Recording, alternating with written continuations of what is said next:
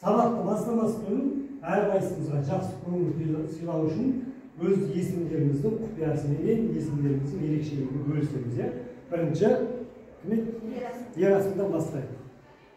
Ержүрек. Менің атым Ерасым. Менің атым Ерасым. Ержүрек. Менің атым Нұртілеу. Мен намысшыл. Жақсы. Менің атым Нұрислам. Намыстымын. Менің атым Ансыр. Мақтамын.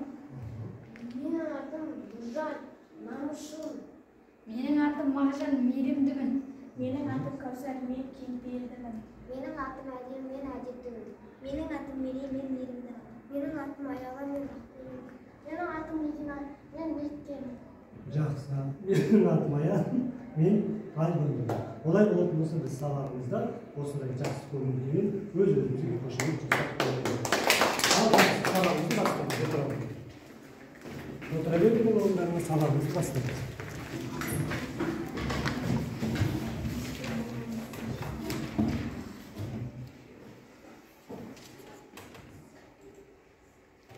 Ең бірінші үй тапсырмасын сұрайық. Бізде үй тапсырмасында қандай тапсырма беріледі? Бердірек соқпақбай атамыздың несі? Менің атым Жақсы, олай болатын болса, серпілген сауал әдісі бойынша мынандай сұрақтарға жауап берейік. Бізде екі топ тұр. Топ бойынша кім қалай жауап беретінін білеміз, қамшыны көтеріп барып жауап береміз. Бірінші сұрақ. Біреуді біреуге атыстырып, от тастап жүретін қу, сабақ үстінде сыбырлап, сыпсыңдағыш кім ол? Кім еді? Ал қасыр, кім еді? Ол Жантас. Өте жақсы. Солай ма балалар? Келсеңіз ба? Жақсы. Келесі. Мен оқулық емес, қант аламын. Сізден не шаруамыз бар? Қоя беріңіз. Бұл кімнің сөзі? Қожаның сөзі екен. Жақсы балалар. Келесі. Біз екеуміз таныс шығармыз деймін. Байқанованың сөзі. Байқанова қай кезде айтады? Мектепте. Жақсы. Енді бұлау кімнің сөзі? Сен оқуды тастасаң, маған ілесіп тастады деп екеумізді бірдей қудалап бәле қылады. Оқи бер, оқудың түбіне сен-ақ жет. Мүмкін дардай бастықтың бірі болып шығасың. Сонда маған шапағатың тиер. Бұл кімнің сөзі? Дұрыс айтасың. Бұл Сұлтанның сөзі екен. Міне көрдіңдер ме балалар? Яғни бүгінгі үй тапсырма үшін мен мынандай сондай жақсы сұрақтарға жауап берген үшін өте жақсы менің Кәусарды, Мейірімді және Нұрислам және Мансұрды. Жақсы көрдіңдер ме? Бұл жердегі бағаларды қараңыз. Жасында қандай тұрған өздеріңіз жерде? Ең соңында. Яғни 8-9-дан қанша тұр? 5 өте жақсы деген баға. Яғни бұл үй тапсырмасы екен. Ал жақсы балалар, енді үй тапсырмасын жақсы орындап келіпсіңдер. Бірінші үй тапсырмасы біткеннен кейін енді біз топқа бөлініп алайық. Топта біз екі көптеген кейіпкерлерді білеміз. Қандай кейіпкерлер? Сұлтан. Қожа. Жақсы, Қожа. Байқанова, Жанар. Жақсы, Таңы. Жанар. Жантас. Мила. Тағы кімдер? Ахмет. Сұлтан. Міне көптеген кейіпкерлер бар. Мен осы кейіпкерлердің ішінде ең маңызды Қожа мен Жанарды алдым. Олай болатын болса, мына топты аламыз да қазір. Тез-тез екі топқа бөлініп алайық. Бірінші топ бізде Қожа тобы болады, екінші топ Жанар тобы болады. Сән отыра қойыңыз. Арамызда отыра береміз. Тез. Міне көрдіңдер ме? Мынау Қожа тобы. Алсам тез. Мынау Жанар тобы. Ал кәл. Кәл.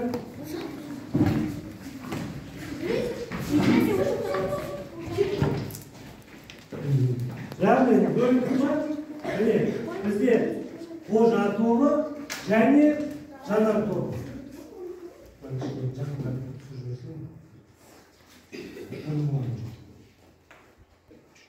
Міне, бұл қожа тобы, екіншісі жаңа тобы. Жақсы, олай болатын болса, бүгінгі біздің өтетін сабағымыз менің атым қожа повесі. Енді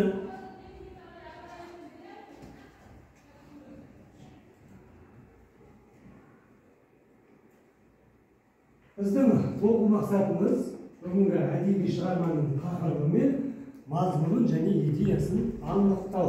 Біздегі бүгінгі сабақтағы бағалау критериялары әдеби шығарманың тақырыбын анықтайды, шығарманың идеясын анықтаймыз және дәлелді пікірлер айтады.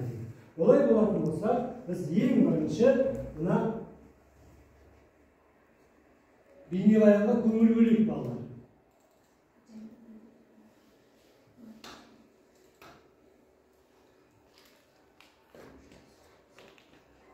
Болғаннан үйі? Жұмағымды көт. Жасай берсін жұмағы. Не жұмыс дейді? Қой бағар. Қойлар көбейе берсін. Шешем үйде ме? Үйді жоқ, фермаға кетті. Солай де.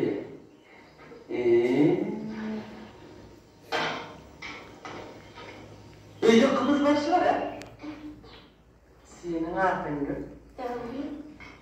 Жақсы ат екен. Әдемі. Менің атым Дәулет. Мұндай аты жақсы адам өтірік айтпайды. Қымыз бар ғой, Бар. Тамаша. Үйге кірейік, қожайын. Қожа, жүр. Есі ренжіп жүрмесін? Жүр. Дәмінен үлкен емеспіз ғой.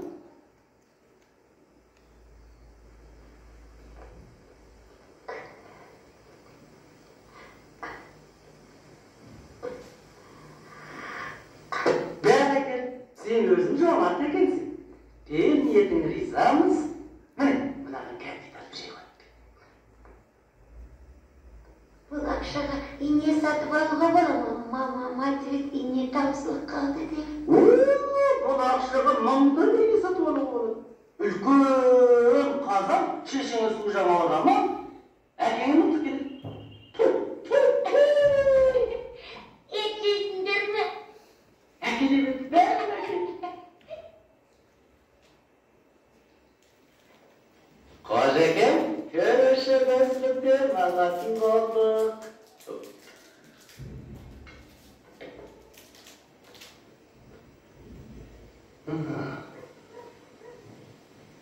Тағы ақша бересің бе? Не? Тағы ақша бересің бе? Ой, сөз бекен. Ақшаны төбемнен жаңбырша жауғызамын. Ноп.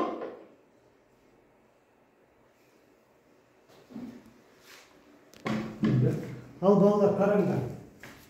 Мына жерде қандай оқиға болды? Бұл қай әңгімеден алынған? Ол жерде сұлтан мен қожа екеуі жайлауға кетіп бара жатыр. Дұрыс айтасың, жайлауға кетіп бара жатыр, сол жерді бейнеленген, баланың аты кім еді? Дәулет. Осы жерде сұлтан ба, қожа ма, қандай ақымақтар жасады? Олардың алдына алдап қымызын ішіп терісін алып кетті. Иә, терісін не істейді? Міне, бұл жақсы рахмет отырған. Бұл ең бірінші қожаның емес, сұлтанның қожаға жатқан жаласы болып есептелінеді екен. Жақсы, олай болатын болса, біз ары қарай сабағымызды жалғастырамыз. Енді біз мына суретке көңіл бөлейік. Алтын микрофон әдісі бойынша мына суреттердегі кімді көріп тұрсыңдар бірінші? Қай топтастан? Қожа тобынан көріп. Кімді көріп тұрсыңдар? Қожаның анасын. Иә, қожаның анасы. Аты кім? Милатжан. Милатжан, өте жақсы, бірінші суретте. Және жанында кім тұр? Қожа. Апасы тұр, қожаның. Жақсы. Келесі. Мен ол суретте қожаны көріп тұрмын. Қожаның өзі. Қожа не істеп отыр? Ол өз-өзін тәрбиеге салып отыр. Өте жақсы, жарайсың. Келесіде кімді көріп отыр? Келесінде қожа және майдана апай отыр. Бұл қай жерде ойлайсың? Бұл жерде қожа мектепте келгенбіз. Иә, өте жақсы. Яғни мектепте келді да, оның алдында танысты ма бұл? Майханова танысып алды. Қай жерде танысты? Иә, бес суретте кімді көріп тұр? Мен бұл суретте қожаны көріп тұрмын. Ол айнаға қарап өзін тәрбиелеп жатыр. Өз-өзін тәрбиелеп, жарайсың, жақсы. Ал соңғы суретте кімді көріп тұр? Ал жақсы. Соңғы суретте Жантас пен Жанар және қожа бар. Бұл қай жерден алынған суретте ойлайсың? Мектептен Мектептің не істейді осы жерде қожа? Жантасқа сиятады. Иә, жанында дұрыс айтасың, жарайсың. Жантасқа сиятады, сол кезде Жантас мен сені кімге айтамын дейді. Айтамын деп ағайын жан. Міне сонда көрдіңдер ме? Енді қараңдар. Бұл кейіпкер туралы біз не білеміз жалпы осы кейіпкерлер туралы? Милатжан дейді, қожа, Майханова, Жантас, Жанар, осы кейіпкерлер туралы біз қазір не білеміз? Кім бұл? Бұлар кімдер? Не қандай әңгіменің кейіпкерлері? Менің атым Қожа повесінің ең негізгі басты кейіпкерлері болып саналады. Енді бұл шығарманың авторы кім балалар? Бердібек Соқпақбаев. Олай болатын болса біз сабағымызды ары қарай жалғастырамыз. Оның алдында қараңдар. Менің атым Қожа деген повестке байланысты Астана қаласында былтыр балалар жылы болды, 22-ші жыл балалар жылы. Осыған байланысты, міне қараңдар, осы балалар жылына байланысты менің атым Қожаға деген 1 маусым 2022 жыл Астана қаласында менің атым Қожаға ескерткіш қойылды. Қараңыз балалар, ескерткіште не істеп отыр Қожа? Айнаға қарап не істеп отыр? Өз-өзін тәрбиелеп отыр. Бұл суреттен, бұл ескерткіштен шығатын мағына адам әр кезде өз-өзін тәрбиелеу керек, өле-өлгенше өзіне білім алуды ешқашанда тоқтатпау керек дейді. Ал енді мына соңғы суретте тұрған мына жерде, мынау Қожа болса, осы Қожаның балалық шағында ойнаған кинодағы актер аталады.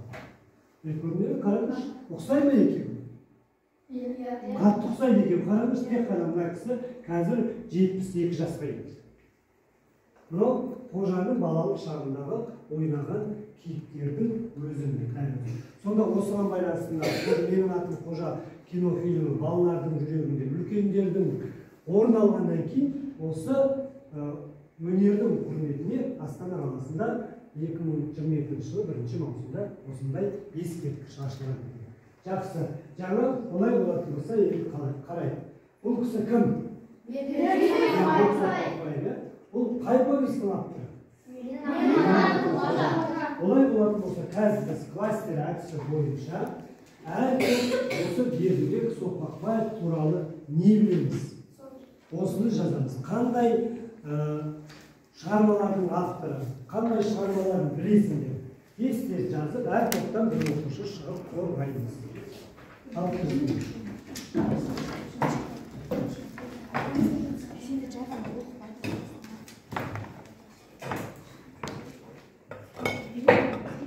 Көмектесіп отырыңыз, көмектесін.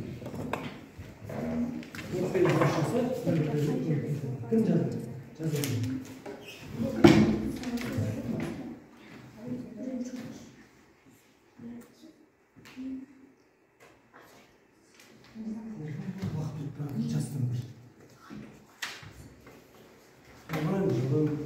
Не қандай мәліметтер білесіздер, сол мәліметтер толтырыңыз. Міне Жанар тобы кірісіп кетті.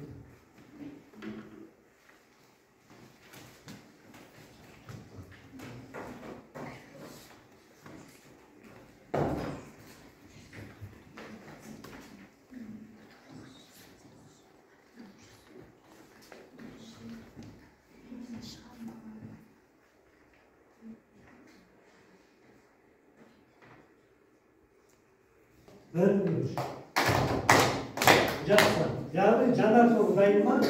Кім шығады? Мансұр, сен шығасың ба? Ал.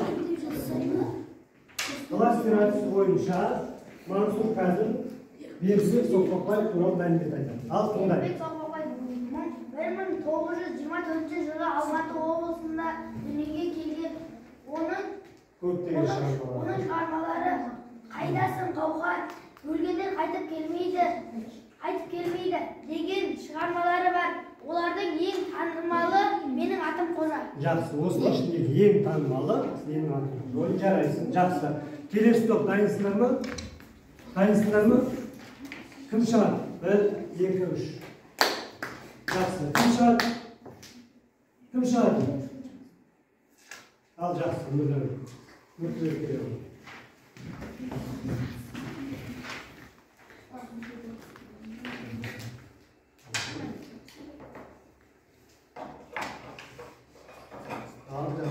Бердібек Соқпақбаев 1924 жылы 1991 жылы 1924 жыл дүниеге келіп, қай жыл дүниеден озған?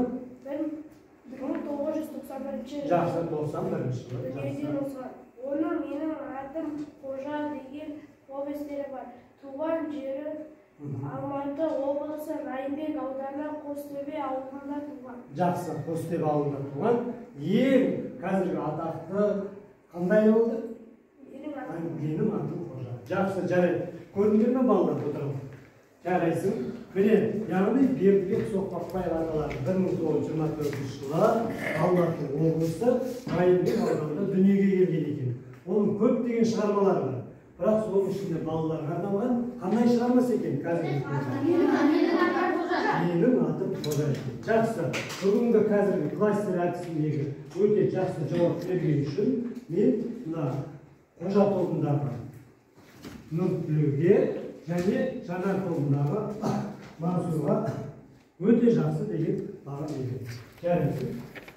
Бұның бәрін есептейміз. Қарап отырмыз 8-ден 9 балға дейін жоғарғы балл, 6-тан 7 4, 4-тен 5-ке дейін қанағаттанады. Ал қазіргі оқушылардың алып жатқан балдарында қандай екен? Өте жақсы деген жауап. Жақсы. Бұдан біз кластер әдісі бойынша Бердібек Соқпақбаев ағаларының барлық өмірбаянының өздеріне тиісті шығармаларын өтсек. Келесі ара шағу әдісін көрейік.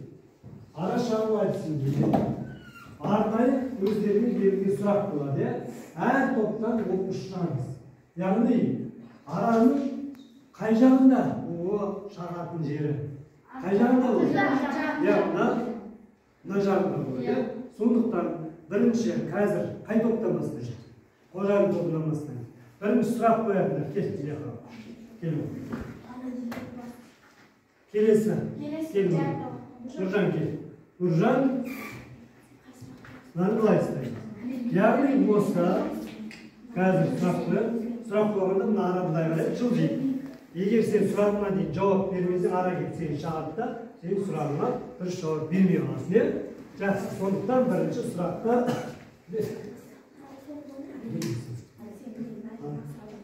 бірінші сұрақты әдемі қояды екен. Ал кеттік әдемі. Мынаны аштық. Қандай сұрақ қоямыз? Жақсы, Қожа қандай бала? Қожа қу бала ма? Жарайды. Екіншісі ара шағыға дұрыс жауап бермей қалды. Ал кет, екінші сұрақ. Менің атым Қожа. Қожаны кім ойлап тапқан? Менің атым Қожа, повестің авторы кім? Кім келеді бұл? Бердібек Соқпақбаев. Соқпақбаев, жақсы. Екі сұраққа жауап берді. Үшінші сұрақты көрейік. Қожа кімді жақсы көрді? Қожа кімді жақсы көрді? Өте жақсы, Жанар жауап берді. Яғни үш сауалдың екеуіне жауап берді. Жақсы отыра ғой. Келесі. Шамыз. Қожа тобынан. Отыра. Жақсы. Жарайсың. Ал, жақсы. Қазір Нұртілеу сұрақ қояды екен. Нұрислам сұраққа жауап берді. Ал кет. Шаш алатын адамның атын кім келетір ара шағатын ол? Келетір. Яғни кім? Дұрыс емес, жауап. Жарайды, келесі сұрақ. Қожаның класс жетекшісінің аты кім? Айқан бапы. Өте жақсы, яғни екінші сұраққа жауап берді. Үшінші. Қожа қандай бала? Қожа ерінже бұзық.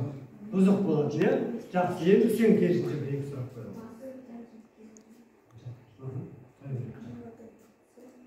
Қожаның мамасы Менің атым Миячан. Meylemcan. Öte жақсы жарайсыңыз деп. Келесі. Жанас қандай бала болды? Мақтаншақ бала болды. Өте жақсы жарайсың.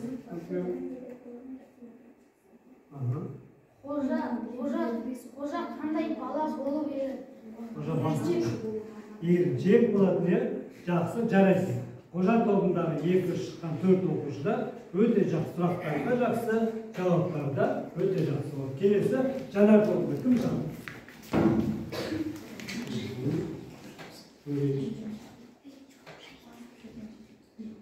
Мансұрға сұрақ қоямыз, е?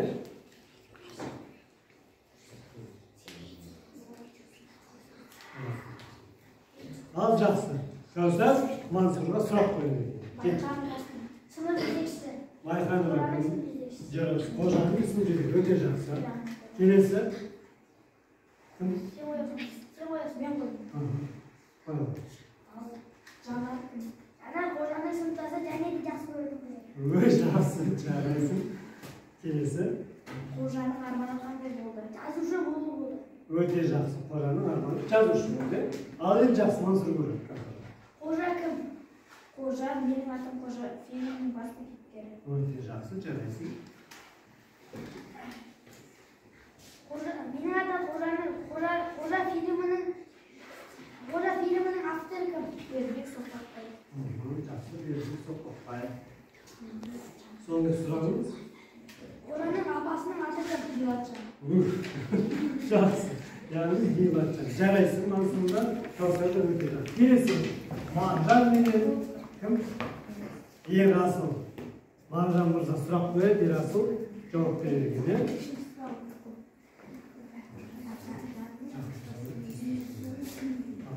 Ал кет. Сұлтан кім? Сұлтан Қожаның жылқышы досы. Жылқышы досы. Жақсы. Қожа кімді жақсы көреді? Жанарды. Жақсы жанр, жақсы өрт. Осылай тез қимылдау керек. Жарайсың Мағжан. Қожа қандай кейіпкер? Басты кейіпкер. Өте жақсы. Ал енді Мағжан досы. Қожа кім? Еріншек. Еріншек, тағы Жалқау. жалқау. Жантас кім? Қу. Қу, тағы қожаның несі? Сыныптасы, е? Сыныптасы. Жақсы, келесі. Қожа кімді жақсы көреді? Жанарды. Жанар жақсы көреді. Жарайсың. Міне, бұл ара әдісі бойынша сұрақ қойдық, жауап қойдық. Яғни біз отыра қойдық. Жарайсыңдар. Ерасыл да, Мағжан да өте жақсы сұрақтарға жауап берді. Екі топта өте жақсы бақшасыңдар ма? Кім шығады? Жасынан ал шығады.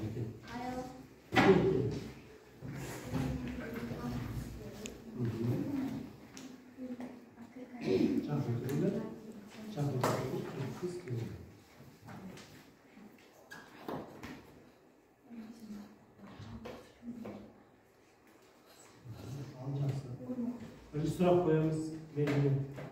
Менің атым Қожа. Повестінің режиссері кім? авторы. Авторы кім? Дұрыс, Бердібек Соқпақбаев. Жарайсың, жақсы. Мектепті үздік оқитын кім? Жанар. Өте жақсы. Жанар үздік оқиды, өте жақсы. Қожа кімді жақсы көрді? Кімді жақсы көрді?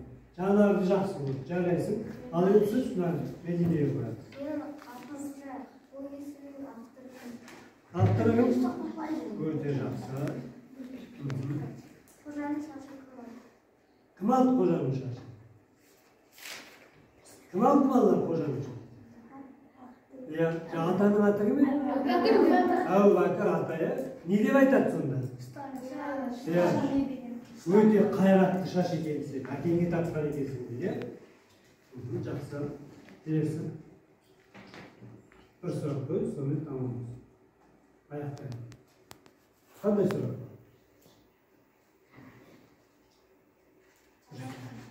Жанар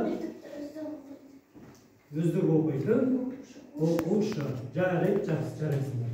Міне, яғни ара шағыл әдісі бойынша сендер өздеріңіз сұрақ қойып, сол сұраққа жауап беріп, келесі қарсыласың оған сұрақ қойып, оған жауап беріп, осы Араша әдісі бойынша біз менің атым тоже повестін пысықтап өттік. Жарайсыңдар. Келесі біздің өтетініміз бұл жас тілші әдісі. Әңгімеде біз екі кейіпкерді таңдап аламыз. Қазір мынандай нәрсе береді. Өздерін таңдайсыңдар осы кейіпкерді. Осы кейіпкерлердің жағымды және жағымсыз жақтарын тілші есебінде айтамыз. Енді қарайық. Орындығымыздың атын қарайықшы. Кімде стикер жазып тұр? Кімде жазып тұр? Орындықтың, отыратын орындықтың. Кімде екен? Мына қожа тобында Нұртілеуде, Жанар тобында Кәусарда. Яғни бұл екі Нұртілеу менен Жанар осы Кәусар осы топтың топ басшысы болып есептелмесіздер. Ал енді мына жерден кейіпкер таңдап қойып. Екеуін аға. Милатжанмен кім болды? Кім түсті? Майханова. Осылардың жағымды кейіпкері ма? Қандай жағымды жақтары бар, қандай жағымды жақтары топпен жұмыс істейміз. Ал кірсе болды. Ал бізге түсеміз. Кім? Жанар менен Жантас екен. Жақсы. Осы екі кейіпкер туралы жан-жақты жағымды жағымсыз жақтарын, ол қандай кейіпкерлер, олардың жағымды жақтары қай жерде, жағымсыз жақтары қай жерде, осы туралы тапсырманы орындайды.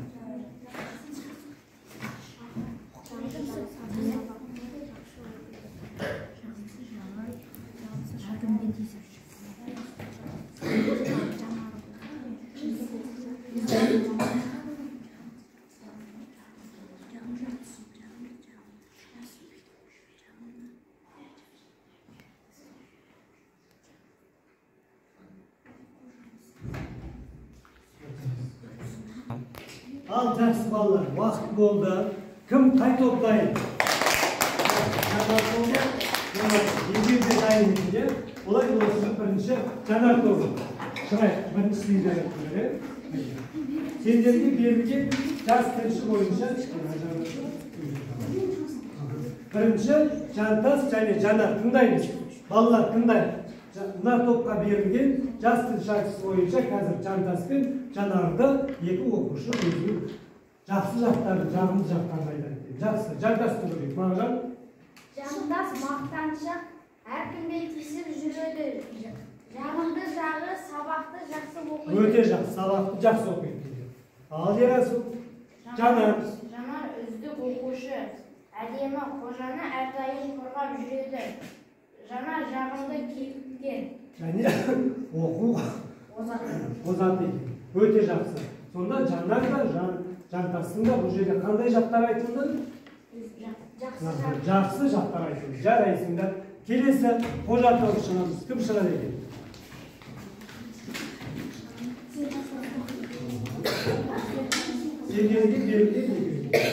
Сендерге берілген Милатжан және бұл қожаның анасы және сынып жетекшісі кім?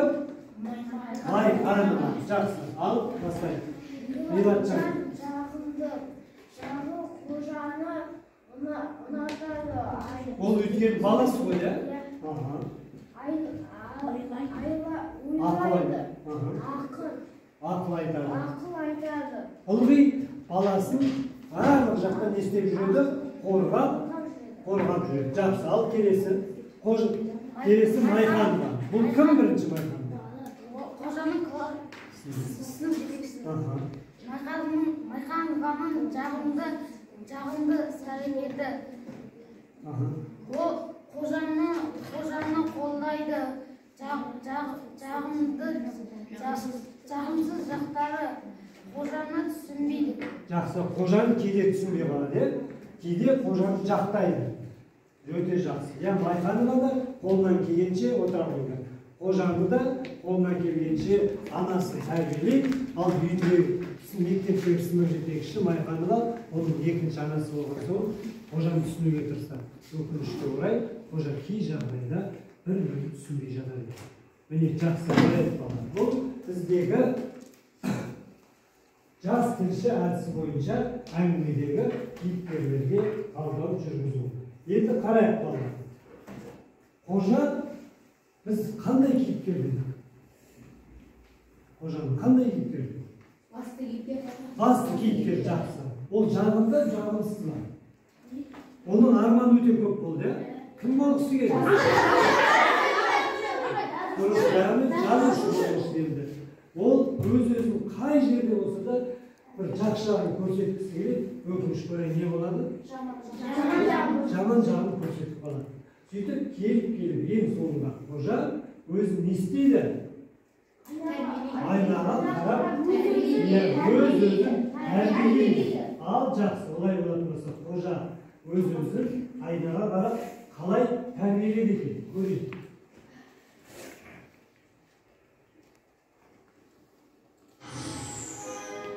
Жас, еліп шықсын.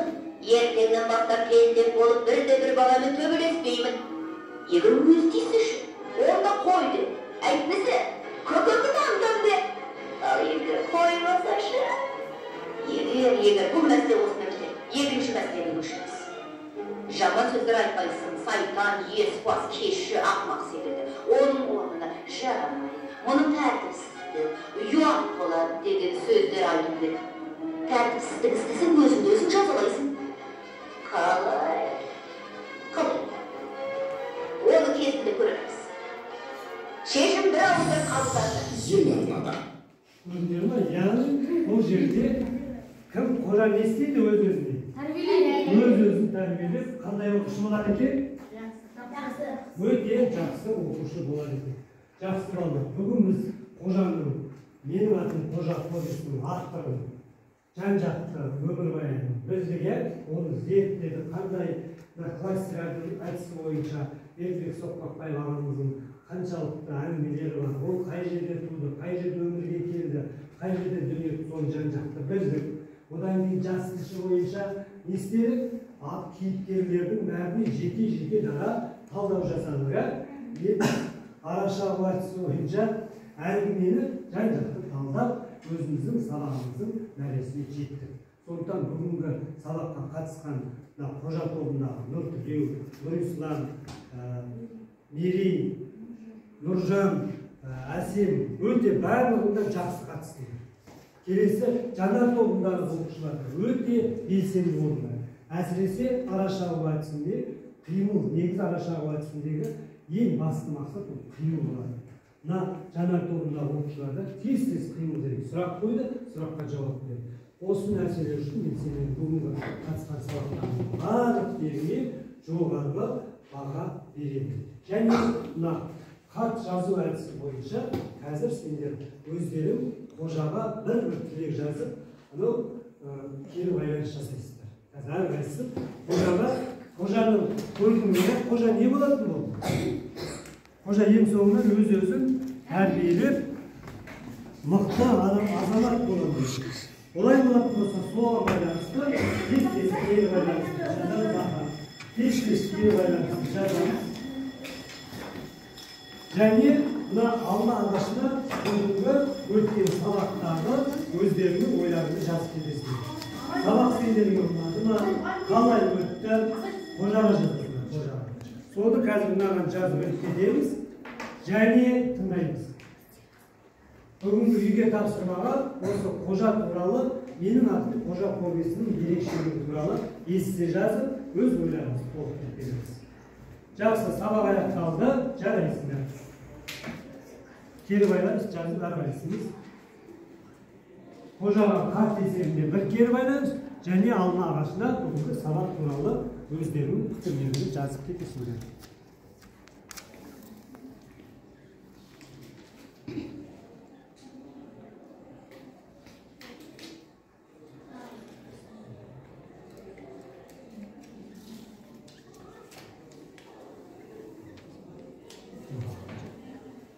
Кім жазып кетті? Хаттың жаққа салды. Мұғалімге хат әдісіндегі қожаға. Қожаға не жазып? Сәлеметсің бе қожа, сен сабағыңды жақсы оқы, ешқашанда бұзық болма, ананың тілін алу. Өте жарайсың. Келесі. Бәріміз сала береміз.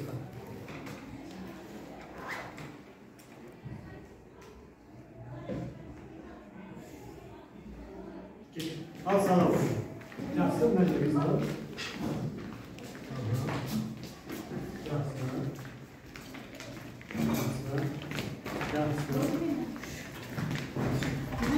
сабақтыңыз? Сабақ туралы кері байланысты алмағыз.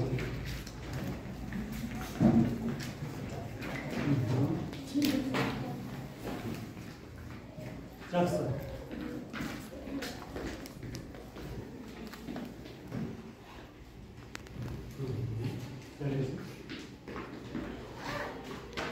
Жақсы болды, сабақ аяқталды.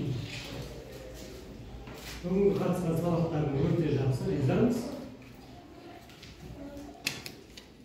Жанар тобындағы Каусар, Ерасыл, Мансур, Мәдине, Мағжан өте жақсы. Аяғы өте жақсы, және Қожа тобындағы балаларға өте жақсы.